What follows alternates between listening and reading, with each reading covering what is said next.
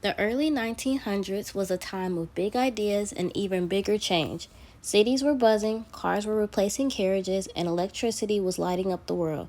In science and medicine, breakthroughs were happening fast, and in the world of psychology, bold thinkers were diving deeper than ever into the human mind. It was the dawn of modern psychology and the perfect moment for new voices to shake things up. The early 1900s marked a transformative era in psychology's history. As the field was emerging from philosophy and establishing itself as a distinctive scientific discipline, the period saw the rise of behaviorism and began to take shape with figures like Ivan Pavlov and later John Watson, focusing on observable behavior and learning through conditioning. Another important psychologist was Sigmund Freud. Freud was an Austrian neurologist and the founder of psychoanalysis. An approach to understanding the unconscious mind, he introduced key concepts like the id, ego, and superego, defense mechanisms, and the idea that early childhood experiences shape our adult personalities. Freud also proposed controversial theories about sexuality and gender, including the infamous concept of penis envy. Psychology was dominated by male theorists and largely centered around Western perspectives, but not everyone agreed with these views, especially when it came to women. Karen Horney, a brilliant psychoanalyst, challenged Freud's male-centered ideas and offered fresh, more culturally and socially grounded perspectives on the human psyche.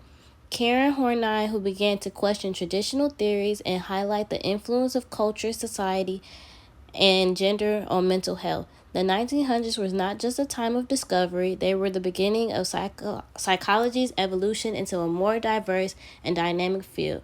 This documentary will be focusing on Karen Horney's theory of neurotic needs and her contribution to feminine psychology. Now let's jump into the history of Karen Horney. Born September 16, 1885, in the Blankenese, Germany, Karen Horney was born into a conservative and strict household. Her father, a sea captain, was a deeply religious and authoritarian figure who often showed favoritism towards her older brother. She felt that their father held her brother to a higher standard compared to her. Due to the favoritism shown towards her brother, around the age of 9, Horney became very ambitious and rebellious. As for Karen, Horney's relationship with her mother was the opposite. Her mother was very open-minded and often supported anything that she did. During Horney's childhood, she also believed that she could not become pretty and shifted her focus towards her intellectual qualities.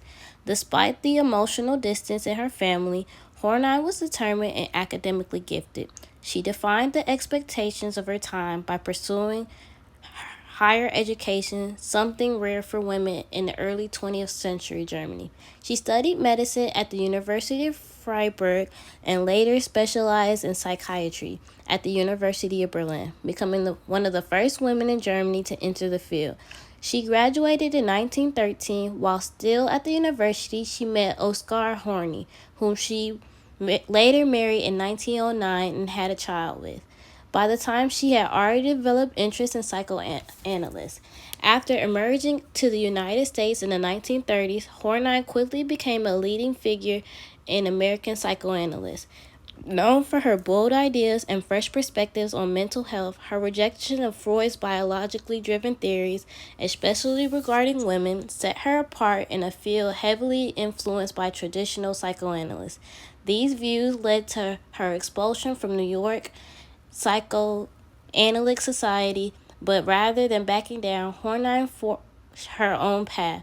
In 1941, she founded the American Institution for Psychoanalysis, an institution that welcomed new socially conscious approaches to therapy and opened doors for more inclusive and human-centered psychological thought. During this time, she also published some of her most influential work, including The Neurotic Personality of Our Time and Our Inner Conflicts.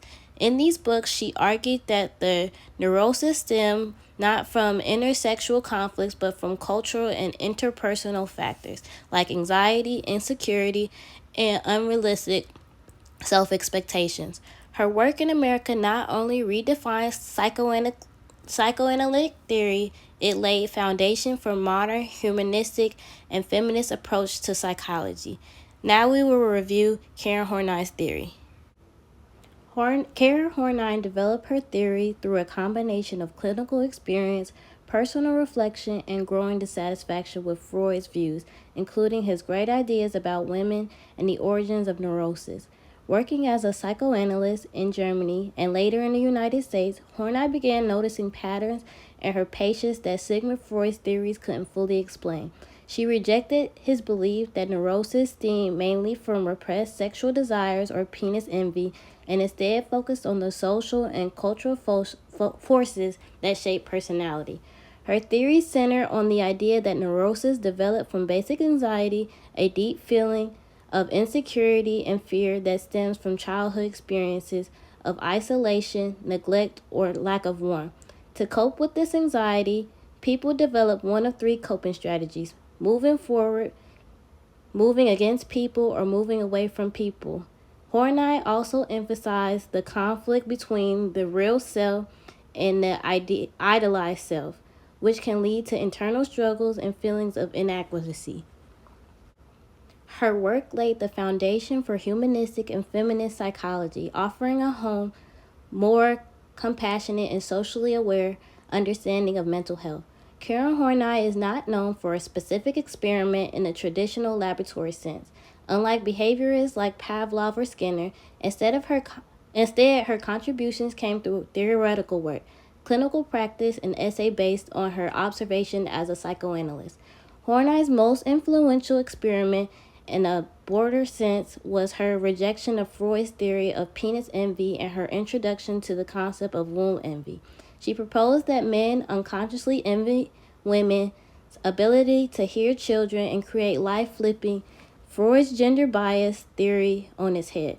Though it's not tested in an experimental setting, this idea was revolutionary at the time and challenged deep-root assumptions in the psychoanalytic theory. So while she didn't conduct famous experiments, her bold theoretical challenges and reframing of gender in psychology had an experimental impact on the direction of psychology through itself.